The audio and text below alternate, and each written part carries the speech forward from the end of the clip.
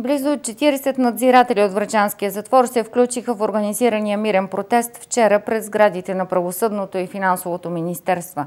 Заедно с тях бяха и 10 служители на следствения арест. От нашия край сред протестиращите са били представители на Трудово-правното училище в Бойчиновци, както и служители на следствения арест в Монтана. По-високо заплащане за труда, който полагат, поискаха протестиращите. Настояха и за пълно заплащане на допълнителните часове.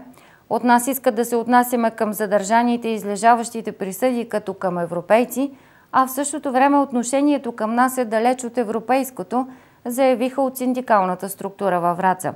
Даденото им вчера обещание, че в бюджета до година ще бъдат заделени повече средства, не удовлетвори протестиращите и действията им ще продължат. Следващата мирна акция ще е пред посолството на Дания в София, уточниха от синдиката. Изборът не е случайен, страната сега е председател на Евросъюза. От Правосъдното министерство обявиха, че очакват предложения от синдиката за изработването на мерки, с които да се сложи край на корупционните практики сред надзирателите. Надзирателите пък от своя страна настояват за въвеждането на механизъм, гарантиращ защита на служителите, които подават сигнали за корупция.